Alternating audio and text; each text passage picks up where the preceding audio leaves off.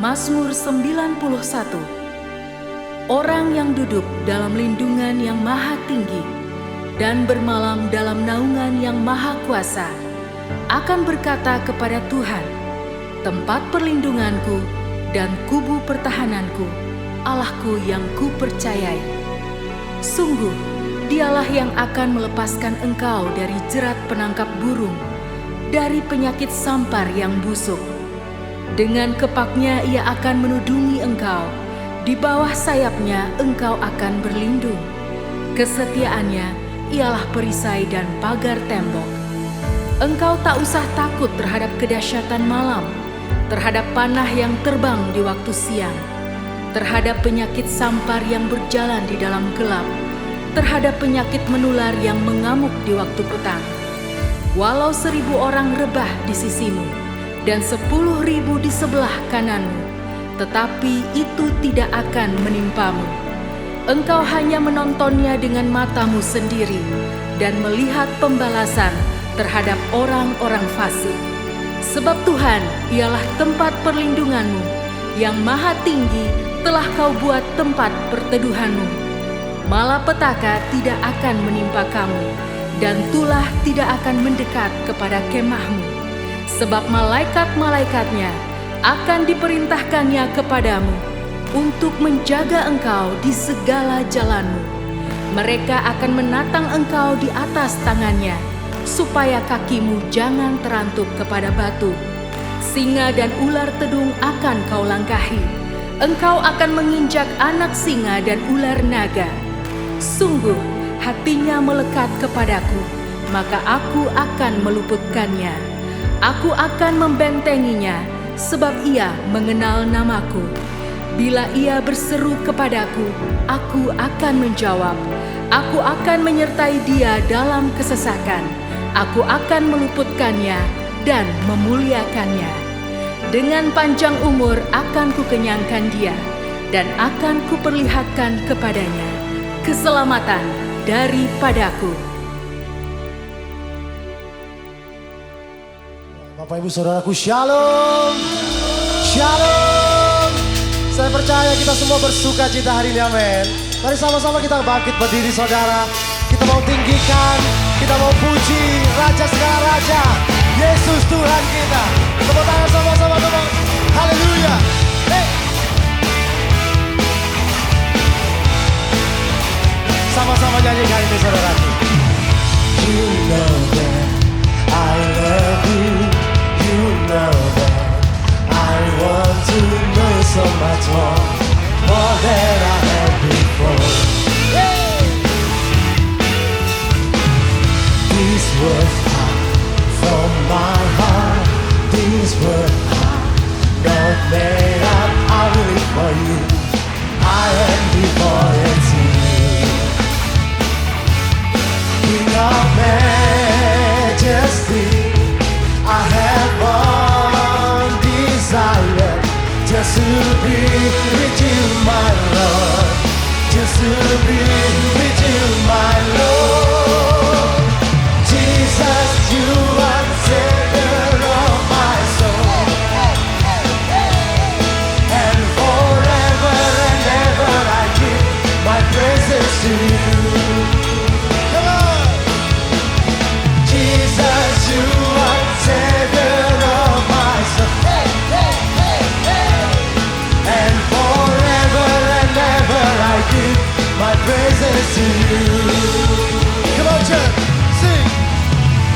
You know that I love you.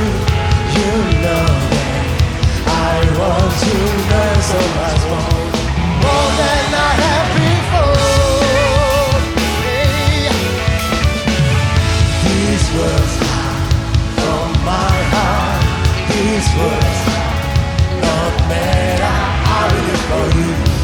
I am devoted to you.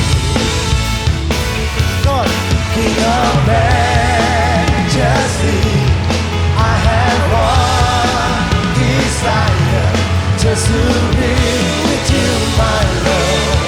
Just to be with you, my Lord. Come on, Jesus, you are Savior of my. Hey, hey.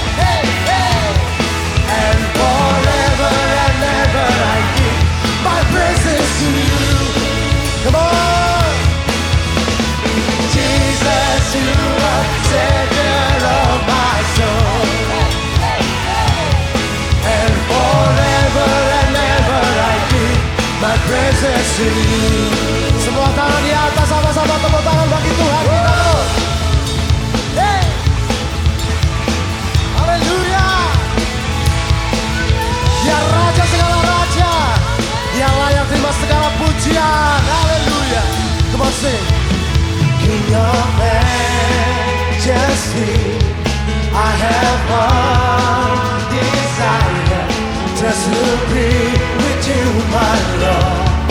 Just to be with you, my Lord. Come on. In your majesty, I have one desire, just to be with you, my Lord. Just to be with you, my Lord. Jesus, you are Savior of my soul. And forever and ever I give my praises to you. Come on. Jesus, you are Savior of my soul. And forever and ever I give my praises to you. Mari lebih lagi saudara, lompat sama-sama. Hey, hey, hey, hey. And forever and ever I give my praises to you.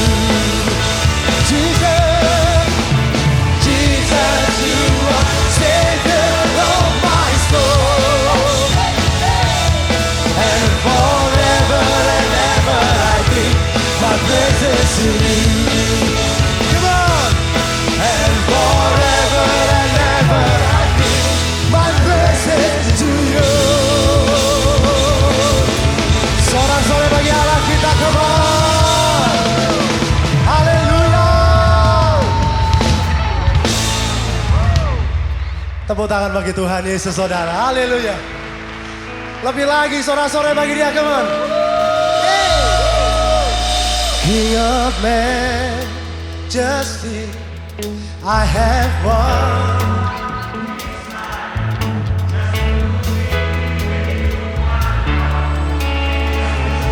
Katakan ini kepada dia saudara, come on. King of majesty, I have one desire, just to be with you, my Lord. Come on, church. King of majesty, I have one desire, just to be with you, my Lord. King of majesty, come on. King of majesty, I have one. Ini kerinduan kami Tuhan, terus bersama-sama dengan Engkau.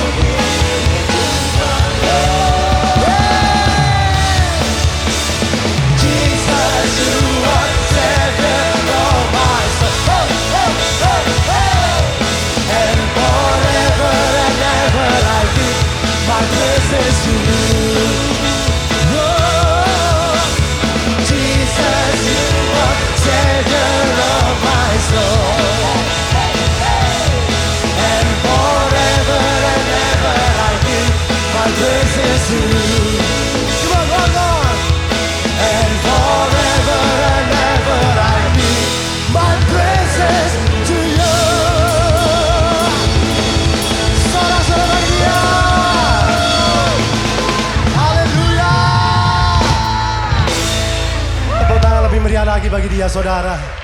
Kita mau terus bawa syukur kita kepada dia, sebab anugerah yang besar, katakan amin. Haleluya, haleluya. Terima kasih Tuhan, kami datang kepadamu. Kami bawa hati kami Tuhan. Terima kasih Tuhan Yesus.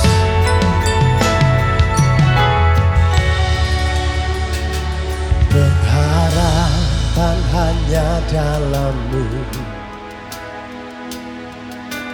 hanya Kau yang ku andalkan. Rencana-Mu terbaik bagiku. Engkau sumber kekuatan. Ajarku untuk menyelami karya dan perbuatan-Mu. Tiada lain yang ku rindukan, tinggal di hadirat-Mu. Bersyukur selalu atas kebaikan-Mu, tiada berubah kasih-Mu dan anugerah-Mu berlimpah atasku. Tiada Allah seperti-Mu, Yesus.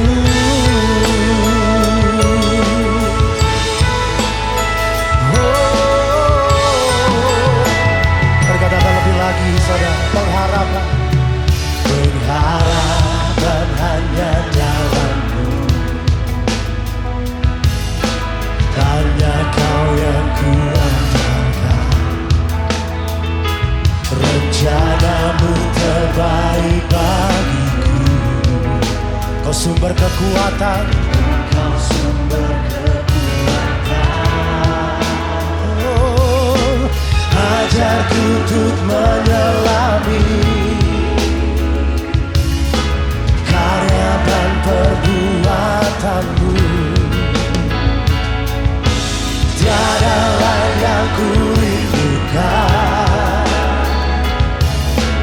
tinggal di hadirat-Mu.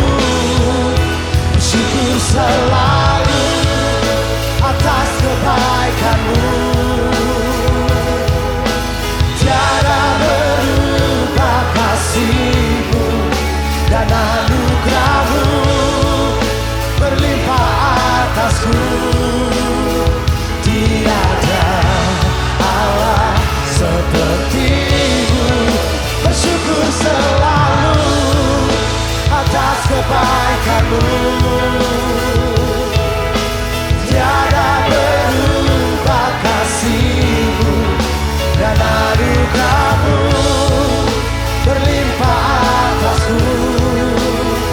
Tiada Allah seperti-Mu, Yesus. Oh, kami bersyukur padamu. Haleluya. Angkat tangan sama-sama, saudara. Mari bersyukur kepada Dia. Oh, haleluya,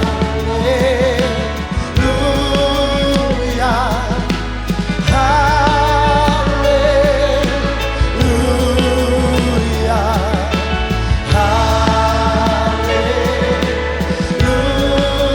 haleluya. Nyanyi haleluya, haleluya.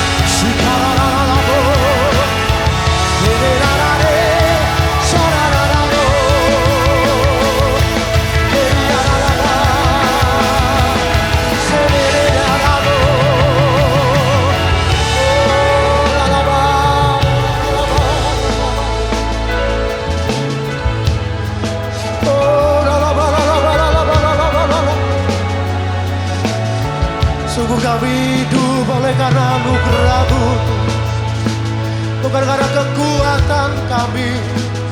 Semua karena anugerah-Mu ya Tuhan yang melimpah dalam hidup kami. Kami mau angkat tangan kami katakan kami bersyukur. Kami bersyukur Tuhan buat karya-Mu yang ajaib dalam hidup kami. Terpuji-puji nama-Mu untuk selama-lamanya. Oh,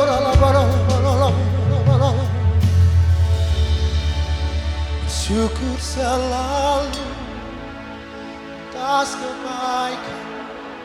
Mari umat Tuhan,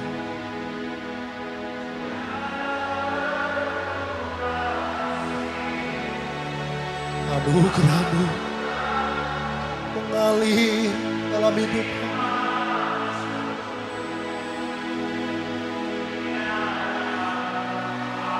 Mari sambil mengangkat tangan umat Tuhan katakan bersyukur selalu.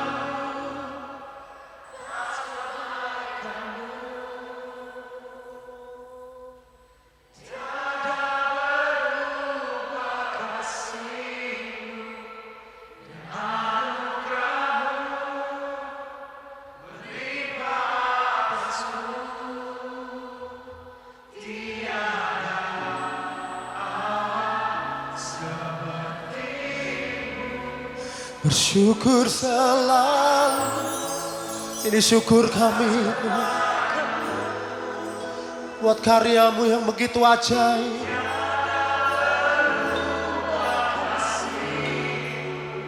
Dan anugerah-Mu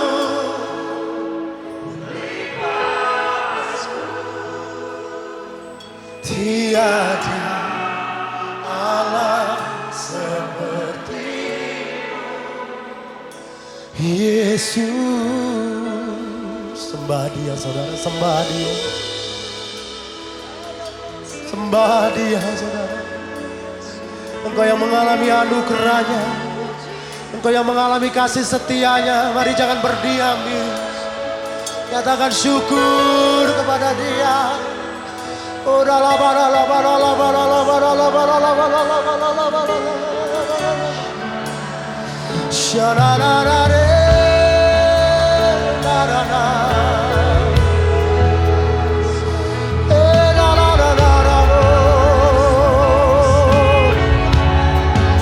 Terima kasih ya Tuhan.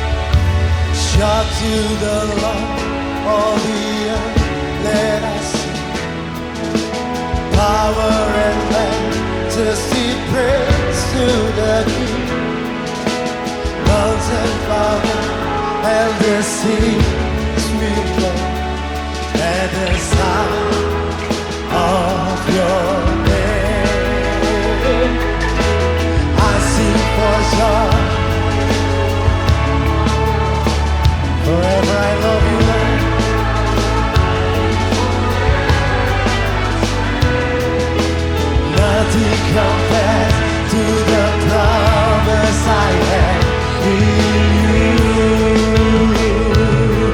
Shout to the Lord, come on church.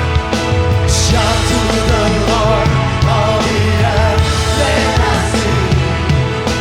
Power and majesty, praise to the King. Mountains bow down and the seas will roll at the sound of your name. I sing for joy and the word of your name. Forever I love you, forever I stand. Nothing compares to the promise I have in you. Come on! Now to the Lord, all the earth, let us sing. Power and majesty, praise to the King. Mountains bow down and the sea will roll at the sound of your name. I sing for joy at the word of your hand. Forever I love you, forever I stand. Nothing compares to the promise I have in you. Oh, nothing compares to the promise I have in you. Let's sing one more time. Yes, Lord. Nothing compares to the promise I have in you.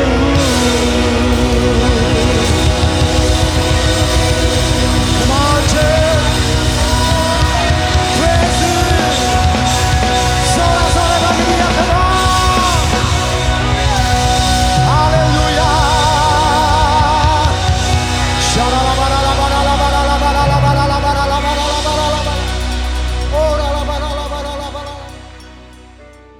Pentakosta ketiga. Pentakosta ketiga adalah pencurahan Roh Kudus yang dahsyat di zaman ini, melebihi yang terjadi di Azusa Street. Pentakosta ketiga akan mengakibatkan penuaian jiwa yang terbesar dan yang terakhir sebelum Tuhan Yesus datang kembali. Pentakosta ketiga akan membangkitkan generasi Yeremia, yaitu anak-anak muda yang dipenuhi Roh Kudus, cinta mati-matian kepada Tuhan Yesus, tidak kompromi terhadap dosa, dan akan bergerak untuk memenangkan jiwa. Pentakosta ketiga lahir di Indonesia dan bergerak ke bangsa-bangsa. Gerakan ini dari timur ke barat dan akan kembali ke Yerusalem. Pentakosta ketiga akan memberikan kuasa untuk menyelesaikan amanat agung, dan setelah itu Tuhan Yesus datang kembali.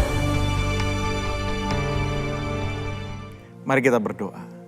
Bapa, terima kasih buat pujian penyembahan yang kami lakukan. Kami berdoa biarlah juga Tuhan hadirat Tuhan melawat setiap umat-Mu di setiap tempat, rumah-rumah, ruangan demi ruangan, di mana kami mengakses tayangan ini.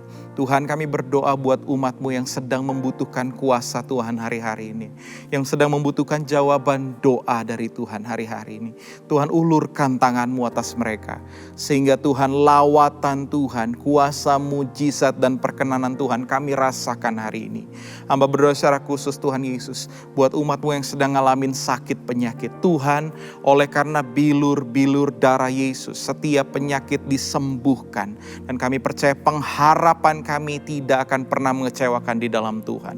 Secara khusus kami sepakat berdoa untuk pemimpin rohani kami.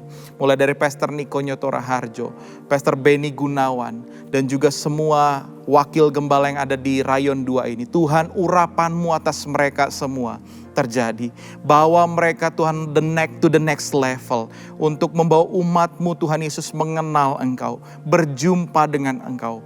Menjalani apa yang menjadi panggilan dan visi Tuhan bagi gereja-Mu Tuhan Yesus. Hamba berdoa biarlah kiranya Tuhan kemanapun mereka melayani. Pengurapan dan penyertaan Tuhan sempurna di dalam nama Yesus. Kami secara khusus juga berdoa untuk Indonesia. Tuhan, kami percaya Engkau mengasihi Indonesia. Engkau mengasihi bangsa yang besar ini Tuhan Yesus. Kami berdoa mulai dari timur, barat, utara, selatan Indonesia akan mengalami lawatan Tuhan yang besar. Akan ada nyanyian pujian kemenangan, nyanyian keselamatan di setiap tempat. Karena kami tahu Tuhan hari-hari ini Tuhan sedang melawat Indonesia. Tuhan memberkati pemimpin bangsa kami, mulai dari pemimpin tertinggi, presiden, wakil presiden, seluruh jajaran kabinet menteri, sampai pemimpin-pemimpin di daerah. Tuhan, roh yang takut akan Engkau ada dalam setiap kehidupan mereka semua. Sehingga setiap keputusan yang mereka ambil adalah keputusan yang berasal dari sorga saja. Terima kasih Bapa buat kesempatan kami hari ini masih bisa menikmati hadirat Tuhan dan firman Tuhan. Tuhan berkati pemberitaan firman Tuhan hari ini. Tuhan, kami mau buka hati kami. Tuhan, kami mau izinkan Roh Kudus bekerja dalam kehidupan kami. Lawat kami, tegur kami, didik kami Tuhan dengan firman-Mu. Sehingga kami semakin berbuah di hadapan Tuhan. Dan kami akan melihat Tuhan bekerja dari firman Tuhan yang kami dengar hari ini. Terima kasih Bapa, terima kasih buat berkat-Mu, anugerah-Mu. Hanya di dalam nama Tuhan Yesus Kristus kami berdoa dan bersyukur. Haleluya. Amin. Shalom.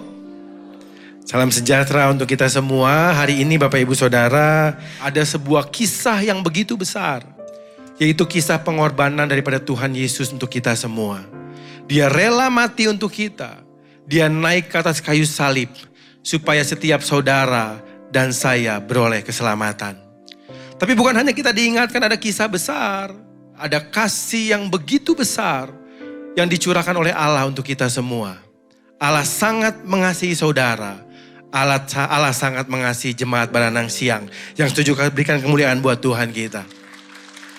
Bapak Ibu Saudara, dia harus mengorbankan dirinya. Apa yang dilakukan Yesus adalah penggenapan dari apa yang tertulis di dalam perjanjian lama. Seorang nabi bernama Yesaya, dia pernah menubuatkan apa yang harus terjadi dengan Yesus. Yesaya ratusan tahun yang lalu, ribuan tahun yang lalu, dia menubuatkan bahwa ada seseorang yang harus mengorbankan dirinya, harus mengalami penderitaan yang begitu besar untuk supaya setiap kita beroleh keselamatan.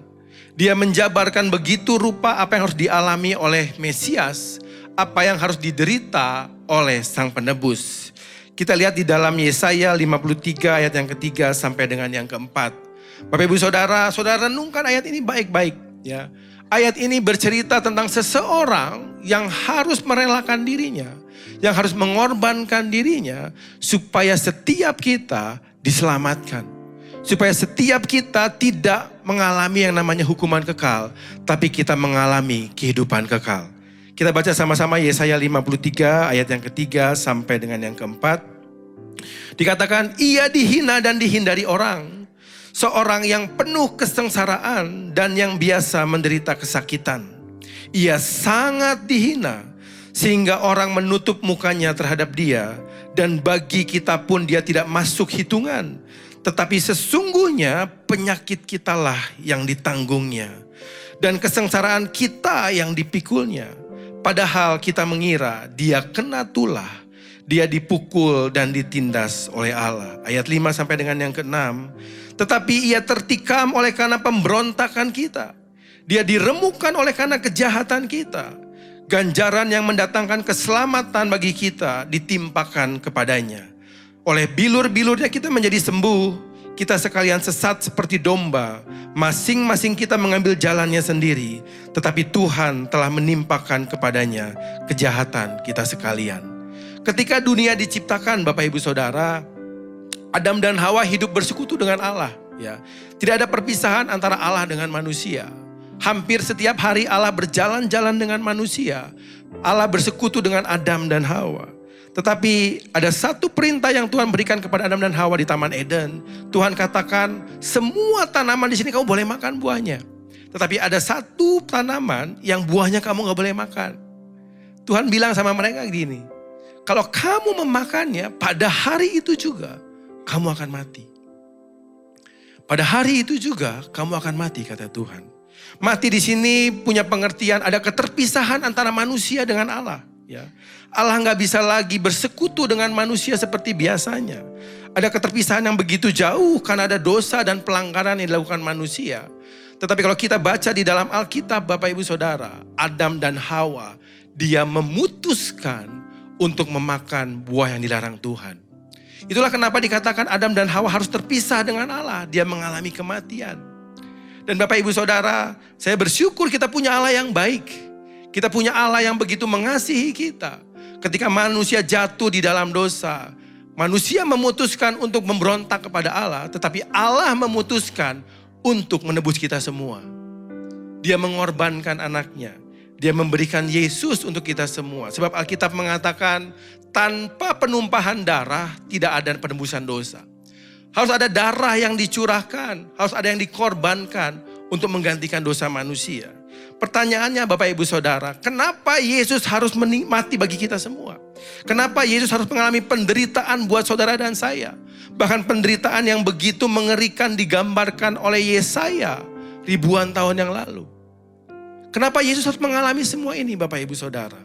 Bukankah dikatakan bahwa tanpa penumpahan darah tidak ada penebusan dosa?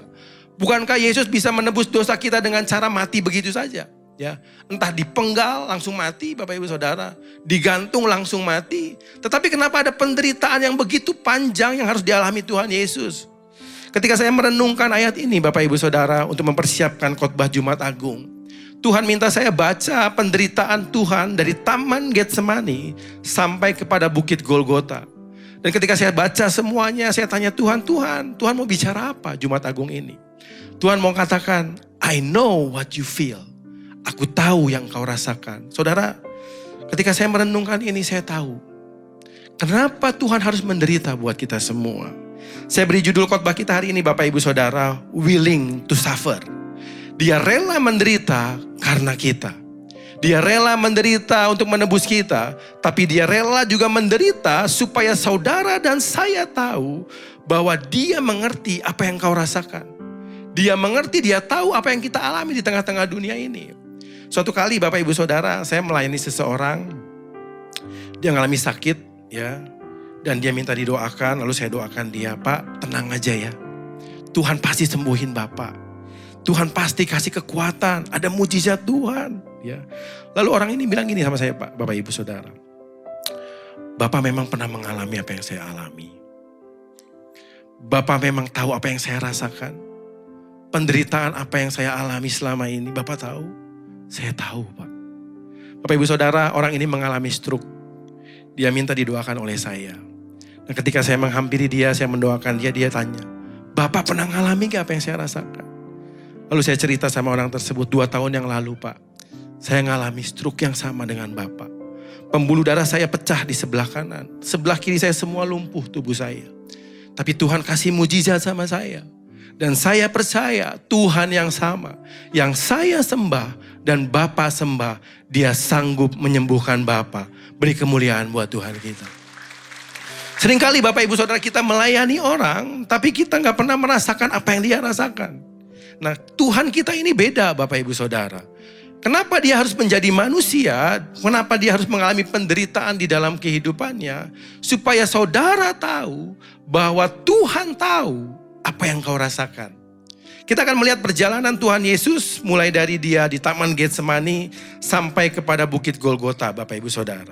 Penderitaan pertama Tuhan diawali di Taman Getsemani. Pada waktu itu selesai perjamuan makan terakhir dengan murid-muridnya Bapak Ibu Saudara. Dia bawa sebagian muridnya ke Taman Getsemani. Dia bilang yuk kita berdoa bersama di sana. Ketika dia maju beberapa langkah ke depan, dia berdoa sendirian di sana. Dan Alkitab mengatakan satu kalimat yang begitu detail yang mengungkapkan perasaan Tuhan Yesus, apa yang dialami dia, Bapak Ibu Saudara. Matius 26 ayat 38 mengatakan, lalu katanya kepada mereka, apa? Hatiku sangat sedih sampai mau mati rasanya. Wow. Bapak Ibu Saudara, ketika saya baca ini ya, ternyata Tuhan Yesus mengalami ketakutan yang begitu mendalam. Dia mengalami kesedihan yang begitu mendalam. Ada duka cita yang mungkin gak bisa dia ungkapkan. Saya gak ngerti, banyak penafsiran yang mengatakan dia mengalami kesedihan dan ketakutan karena dia diperlihatkan penderitaan yang harus dia alami. Ada juga yang menafsirkan bahwa kenapa Yesus mengalami kesedihan dan ketakutan karena dia diperlihatkan akibat daripada dosa. Kalau dia tidak menebus kita, maka itulah yang akan kita alami. Tapi juga ada penafsiran yang mengatakan bahwa Yesus ketakutan dan sedih karena dia harus mengalami keterpisahan dengan Bapa, sebab dia harus menanggung dosa kita semua. Tapi di sini kita melihat Bapak Ibu Saudara, Alkitab mencatat dengan baik. Yesus mengalami kesedihan. Yesus mengalami ketakutan. Dia merasakan apa yang mungkin Bapak Ibu pernah alami hari ini. Dia mengalami apa yang mungkin saudara takutkan hari ini. Berapa banyak di antara kita hari ini mengatakan di hadapan Tuhan, Tuhan saya takut. Saya takut menghadapi kehidupan Tuhan. Saya takut menghadapi masa depan saya. Mungkin saudara berpikir saya gak ada harapan, saya mau bunuh diri. Ini adalah ibadah terakhir saya. Habis dari sini saya gak tahu apa yang saya lakukan. Ya. Beberapa waktu lalu kita mendengar berita Bapak Ibu Saudara. Di jembatan Pasupati itu ada beberapa orang yang sempat bunuh diri dan ada yang sempat mau melompat tapi sempat ditolong. Ya. Banyak orang kehilangan pengharapan hari ini. Dia mengatakan beban saya terlalu berat Tuhan. Penderitaan saya terlalu berat. Duka cita yang saya alami terlalu berat. Mungkin saudara ditinggalkan orang yang saudara kasihi. Orang yang paling berharga dalam hidup saudara. Dan sampai hari ini saudara gak bisa move on. Saudara bilang, Tuhan saya sedih sekali Tuhan. Saya kehilangan sesuatu yang paling berharga dalam hidup saya. Saya kehilangan anak yang saya kasihi. Saya kehilangan pasangan yang saya kasihi. Saya kehilangan orang tua yang saya kasihi. Hari ini Tuhan mau bilang sama kita, Tuhan tahu apa yang kamu rasakan. Tuhan mengerti apa yang kamu alami. Itulah kenapa Tuhan katakan, itulah kenapa aku harus ada di tengah-tengah dunia ini. Kenapa aku harus mengalami penderitaan. Supaya kamu tahu, aku pun tahu yang kau rasakan. Yang mengerti boleh kasih kemuliaan buat Tuhan kita. Setelah di Taman Getsemani, Bapak Ibu Saudara, dia selesai berdoa. Dia minta kepada Bapaknya, kalau bisa cawan ini lalu daripadaku ya Bapa. Tapi dia bilang, kalau ini kehendakmu aku akan melakukannya. Dan dia selesai Bapak Ibu Saudara, dia bangunkan murid-muridnya yang tertidur. Sebelum dia keluar dari Taman Getsemani, lalu muncullah Yudas Iskariot, salah satu muridnya. Dia datang menghampiri Yesus, dia memeluk Yesus, dia mencium Yesus ya. Seolah-olah dia mengasihi Tuhan Yesus. Tetapi apa yang terjadi? Matius 26 ayat 49-50 mengatakan, dan segera ia maju mendapatkan Yesus dan berkata, salam Rabi. Lalu mencium dia. Tetapi Yesus berkata kepadanya, hai teman, untuk itukah engkau datang? Maka majulah mereka memegang Yesus dan menangkapnya. Dalam terjemahan lain Bapak Ibu Saudara dikatakan, untuk apa kamu di sini? Untuk mengkhianati aku, kata Tuhan. Ya. Jadi setelah Yesus mengalami duka cita yang begitu besar, dia mengalami penderitaan yang lain Bapak Ibu Saudara. Apa? Dia dikhianati oleh muridnya sendiri. Dia dikhianati oleh orang yang dia pilih sendiri menjadi muridnya Bapak Ibu Saudara. Kita tahu ketika Yesus memilih murid-muridnya, ada banyak orang yang mengikuti dia. Tapi Yesus memilih menseleksi sendiri siapa yang bisa mengikuti dia, 12 orang. Salah satunya adalah Yudas Iskariot. Orang yang selama 3,5 tahun melayani bersama dengan Tuhan. Berjalan bersama dengan Tuhan Yesus. Makan bersama, tidur bersama, tinggal bersama Bapak Ibu Saudara. Mungkin banyak hal yang sudah Tuhan Yesus lakukan buat dia. Ada kasih yang begitu besar Tuhan tunjukkan kepada Yudas Iskariot. Tuhan tahu latar belakang Yudas seperti apa. Dia percayakan keuangan kepada Yudas. Bahkan Tuhan membasuh kaki Yudas dalam perjamuan terakhir. Tetapi orang yang bersama-sama dengan dia mengkhianati dia di malam terakhir di Taman Getsemani. Di antara kita mungkin ada yang mengatakan, Tuhan, saya dikhianati pasangan saya. Suami saya selingkuh, Tuhan. Istri saya meninggalkan saya, Tuhan. Saya dikhianati rekan bisnis saya. Sakit Tuhan rasanya. Dan saudara bilang sama Tuhan, Tuhan gak ngerti apa yang aku rasakan. Tapi hari ini Bapak Ibu Saudara, lewat peristiwa Jumat Agung, saudara harus tahu kenapa dia bukan hanya harus mati di kayu salib, tapi dia harus mengalami penderitaan, dia dikhianati oleh muridnya sendiri. Supaya saudara tahu bahwa Tuhan tahu yang kamu rasakan. Saudara mengerti apa yang kamu alami hari ini. Tapi dia tidak pernah meninggalkan Bapaknya. Dan hari ini Bapak Ibu Saudara, jangan pernah tinggalkan Tuhan. Sekalipun banyak orang mengkhianati kamu, yang mau katakan amin. Yang mau beri kemuliaan buat Tuhan kita. Dia mengalami kesedihan, dia mengalami duka cita dan ketakutan. Lalu dia dikhianati oleh muridnya sendiri. Yesus ditangkap, dia dibawa ke mahkamah agama pada waktu itu Bapak Ibu Saudara. Dibawa kepada Imam Kayafas yang menjadi imam besar pada waktu itu. Dia mengharapkan mendapatkan keadilan dari Imam Kayafas. Dia mengharapkan ada keadilan yang dia peroleh. Bahwa dia tidak melakukan kesalahan apapun. Tetapi apa yang terjadi di mahkamah agama dalam Matius 26 ayat 59 sampai 60. Imam-imam kepala malah seluruh mahkamah agama mencari kesaksian palsu terhadap Yesus. Supaya ia dapat dihukum mati. Tetapi mereka tidak memperolehnya walaupun tampil banyak saksi dusta. Tempat di mana harusnya dia mendapatkan keadilan, tempat di mana seharusnya dia dilindungi Bapak Ibu Saudara, ternyata di sanalah dia mengalami suatu peristiwa yang tidak enak. Dia difitnah oleh banyak orang. Dia dikatakan melakukan sesuatu yang tidak dia lakukan. Dikatakan dia mengatakan sesuatu yang tidak pernah dia katakan Bapak Ibu Saudara. Dia bukan hanya mengalami kesedihan, ketakutan, dan dikhianati oleh muridnya. Yesus pernah mengalami difitnah oleh banyak orang di dalam kehidupannya. Berapa banyak di antara kita hari ini saudara berkata sama Tuhan, Tuhan, saya pernah difitnah orang. Saya gak melakukan itu Tuhan. Dia menjelek-jelekan saya di belakang saya. Percayalah saudara, Tuhan tahu apa yang kau rasakan hari ini. Amin. Tuhan mengerti apa yang kau rasakan hari ini. Engkau gak sendirian. Itulah kenapa Tuhan datang ke tengah-tengah dunia. Dia harus menderita buat saudara. Supaya saudara mengerti Tuhan tahu apa yang kau rasakan. Berikutnya Bapak Ibu Saudara, selama perjalanan Yesus, dia difitnah, dia dikhianati. Ada satu murid yang selalu mengikuti dia bernama Petrus. Petrus adalah salah satu murid yang paling berani dari semua murid Tuhan Yesus. Dia sering membela Tuhan Yesus di hadapan orang. Dia punya iman yang begitu kuat. Dia pernah mengatakan, engkaulah Mesias. Dan Tuhan pernah memuji iman Petrus.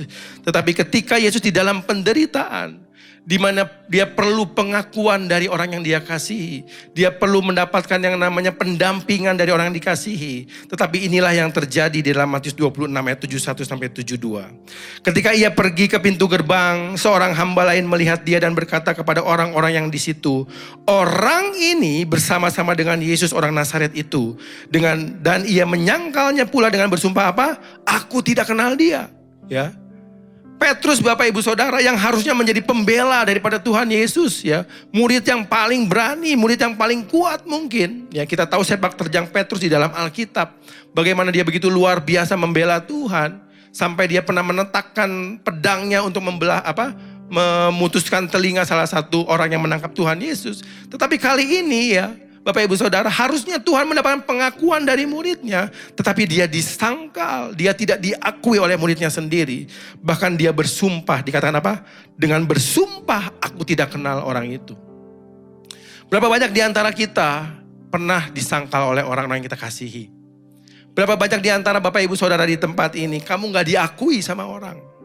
Kamu gak dianggap sama sahabat-sahabat kamu.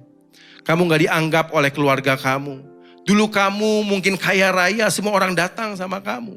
Ketika kamu diproses sama Tuhan, kamu gak punya apa-apa hari ini. Kamu sakit, semua harta kamu dijual untuk pengobatan, kamu gak punya apa-apa hari ini.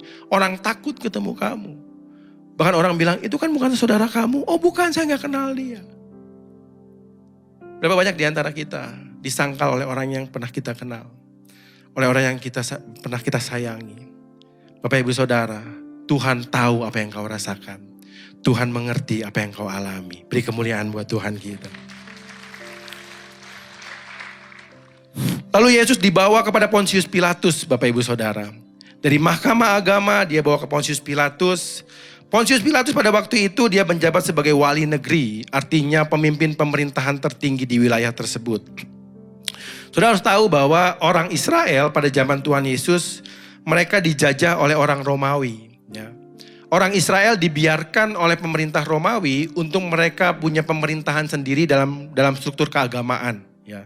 Jadi mahkamah agama itu adalah pengadilan dalam negerinya orang Yahudi, ya, untuk urusan-urusan internal mereka.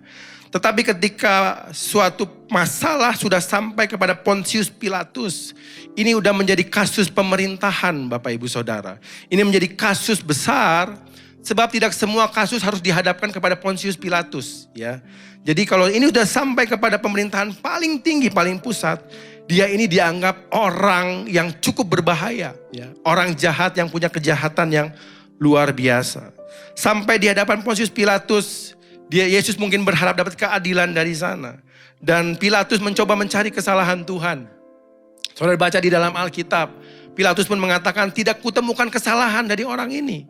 Sampai Pilatus meminta mengambilkan sebaskom air, dia mencuci tangan. Dia mengatakan, aku tidak bertanggung jawab atas dosa orang ini.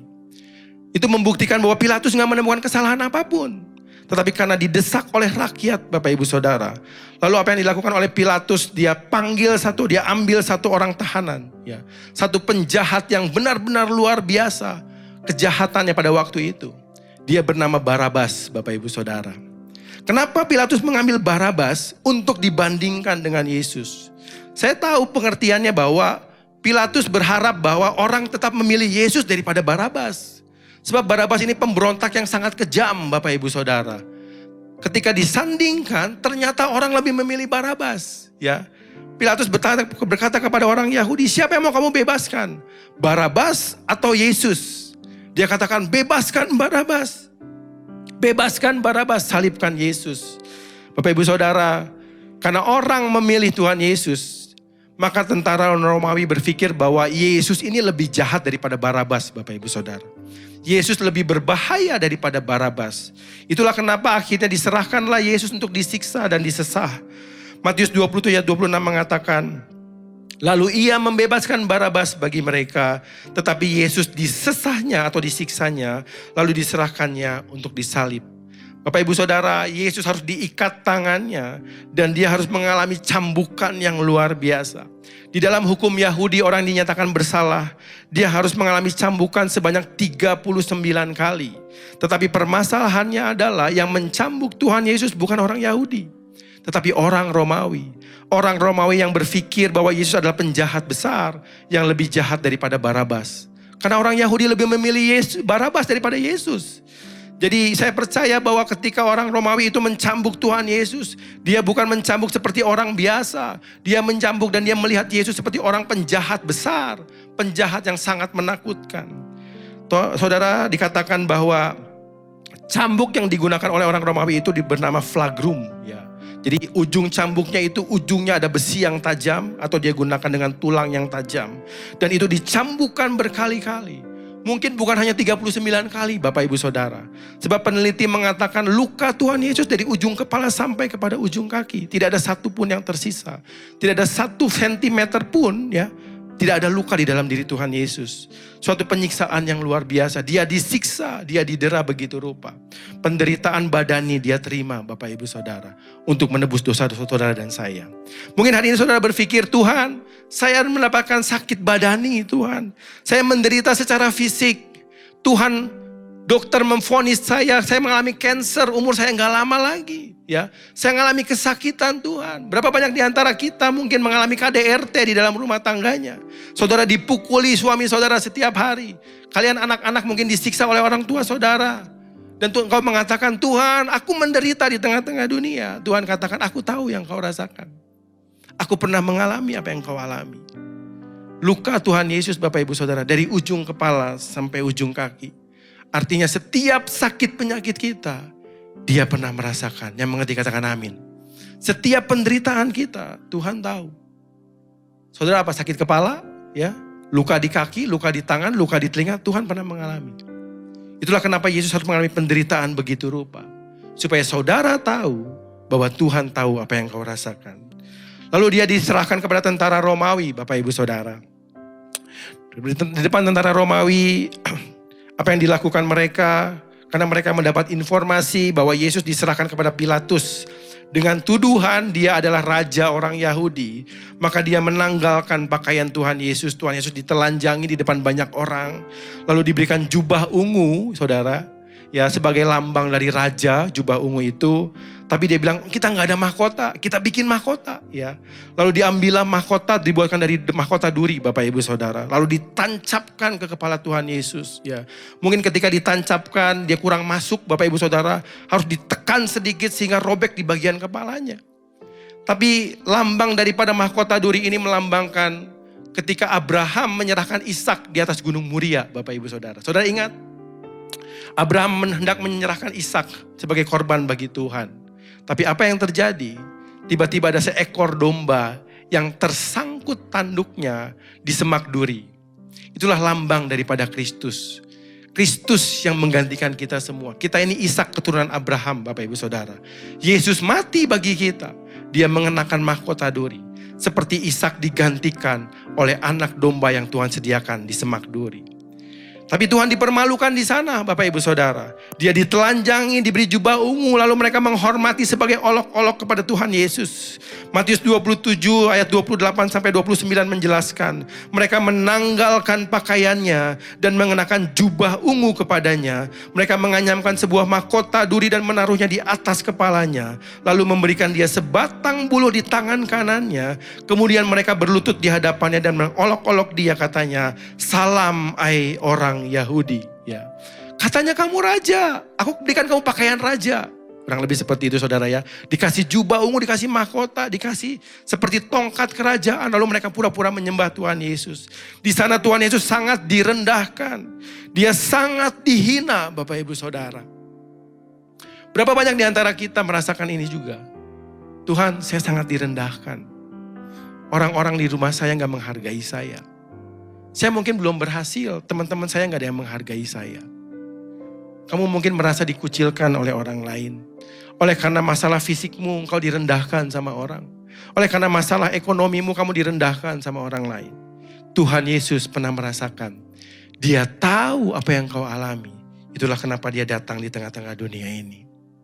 Berikutnya Bapak Ibu Saudara, setelah dia diolok-olok, maka Tuhan diberikan sebuah kayu, yaitu kayu salibnya sendiri. Dikatakan bahwa kayu salib Tuhan Yesus itu seberat 60 kilogram. Dan dia harus berjalan menuju bukit Golgota kurang lebih sejauh 1 kilometer. Dia dengan tubuh yang terkoyak, dengan darah yang begitu banyak keluar dari dirinya, dia tetap harus mengangkat beban yang begitu berat. Naik ke atas bukit membawa salibnya sendiri. Bapak Ibu Saudara, itu penderitaan yang luar biasa. Ya, bahkan peneliti mengatakan seharusnya Yesus mati di tengah jalan. Dengan darah yang begitu banyak keluar, dia mengalami dehidrasi di perjalanan. Harusnya Yesus mati di tengah jalan. Tapi dia mempertahankan dirinya, dia bawa salibnya sampai ke bukit Golgota. Tangannya dipaku, kakinya dipaku untuk kita semua. Itu bukan penderitaan yang penting buat Tuhan Yesus, Bapak Ibu Saudara. Inilah penderitaan sesungguhnya yang dialami Tuhan. Di dalam Matius 27 ayat 46, buat Tuhan Yesus dia dicambuk gak masalah. Dia disiksa, dia gak masalah, Bapak Ibu Saudara. Ketakutan Tuhan tertulis di dalam Matius 27 ayat 46. Kira-kira jam 3 berserulah Yesus dengan suara nyaring. Eli, Eli, lama sabachthani. Artinya apa? Allahku, Allahku, mengapa engkau meninggalkan aku? Inilah ketakutan Tuhan Yesus sesungguhnya, Bapak Ibu Saudara. Kenapa dia merasa sangat sedih di Taman Getsemani? Kenapa dia mengalami ketakutan sampai pengen mati rasanya? Karena dia ditinggalkan oleh Bapaknya. Kapan Yesus ditinggalkan, Bapak Ibu Saudara? Bukan ketika dia di atas kayu salib. Sejak di Taman Getsemani. Sejak dia mengalami yang namanya fitnah. Dia mengalami yang namanya pengkhianatan. Dia mengalami yang namanya penyiksaan. Itulah akibat keterpisahan dengan Allah. Dan inilah yang membuat Tuhan Yesus takut. Berapa banyak di antara kita gak takut kehilangan Tuhan? Kita lebih banyak takut kehilangan proyek, Bapak Ibu Saudara. Kita lebih takut kehilangan cuan dalam hidup kita.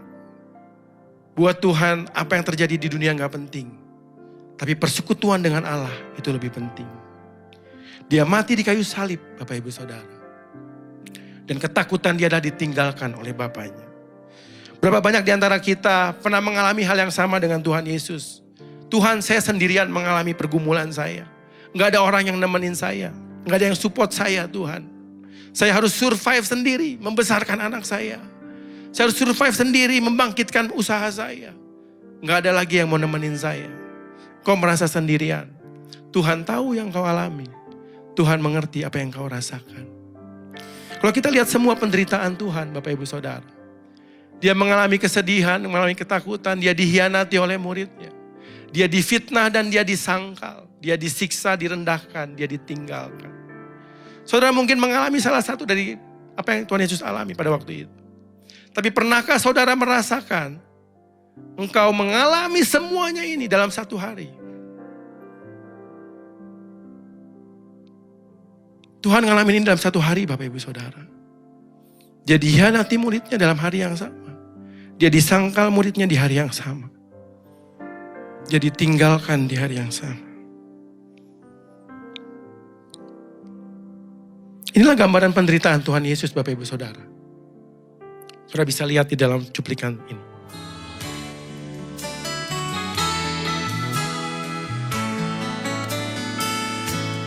Above all powers, above all kings, above all nature and all creation. Dia sedih dan ketakutan di Taman Getsemani.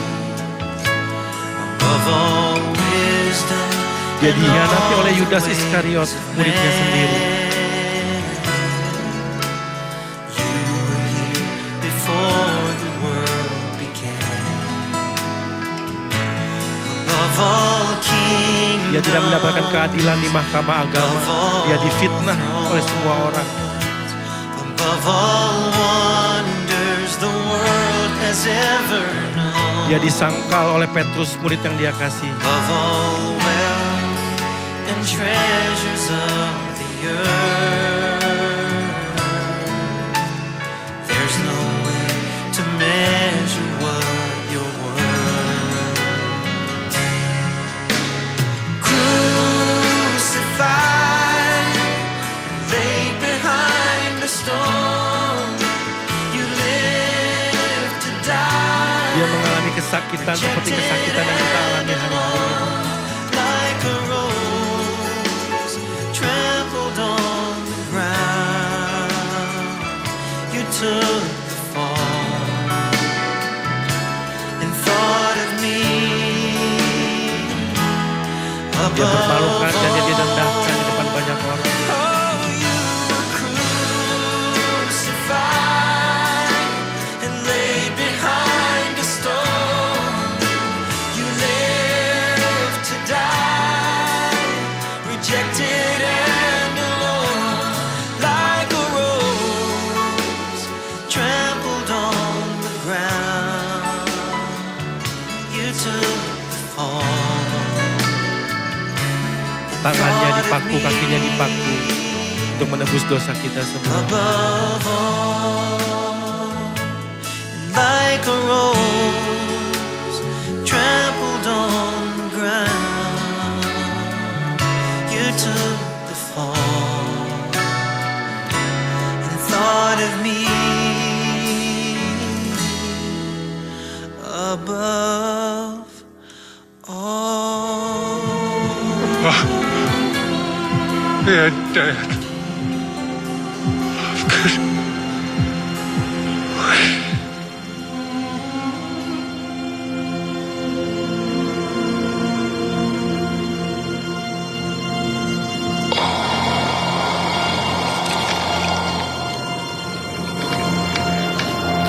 Ada 3 kalimat terakhir yang Tuhan Yesus katakan di atas kayu salib, Bapak Ibu Saudara.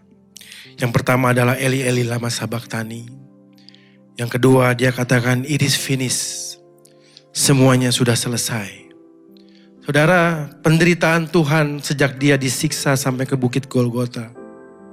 Peneliti mengatakan gak mungkin orang biasa bisa bertahan sampai di Bukit Golgota.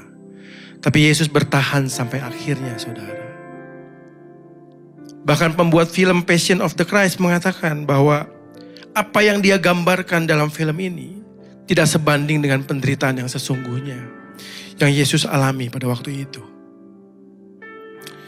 Saya akan membahas tentang kalimat terakhir Tuhan Yesus, Bapak Ibu Saudara. Setelah dia mengatakan Eli Eli lama sabachthani, dia mengatakan it is finished. Dan kalimat paling terakhir, tadi yang saudara dengar di dalam video klip tadi, dalam bahasa aslinya dikatakan di dalam Lukas 23 ayat 46. Lalu Yesus berseru dengan suara nyaring, "Ya Bapa, ke dalam tanganmu kuserahkan nyawaku." Dan sesudah berkata demikian, ia menyerahkan nyawanya. Kalimat ini sangat penting Bapak Ibu Saudara. Kenapa? Karena lewat kalimat ini membuktikan bahwa Yesus adalah Allah. Sebab tidak ada satupun yang bisa mengambil nyawanya kalau tidak dia menyerahkannya kepada Bapaknya. Yesus, dia mati di kayu salib. Dia harus mati di kayu salib. Tapi saudara harus mengerti, Yesus bukan mati karena disalib. Dia mati karena menyerahkan nyawanya buat kita semua. Dan hari ini kita belajar sesuatu Bapak Ibu Saudara. Kenapa Yesus harus menderita? Kenapa kematiannya tidak bisa dilakukan dengan cara cepat, dengan cara yang paling mudah Bapak Ibu Saudara. Dia harus mengalami penderitaan yang begitu rupa. Supaya saudara tahu, He know what you feel. Dia tahu apa yang kau rasakan di tengah-tengah dunia ini. Dia tahu bagaimana rasanya mengalami kesedihan dan ketakutan. Dia tahu bagaimana rasanya dihianati orang yang paling saudara dekat. Bagaimana dia difitnah oleh orang di sekelilingnya. Bagaimana dia disiksa, direndahkan, bahkan ditinggalkan. Dia alami semuanya ini supaya saudara mengerti.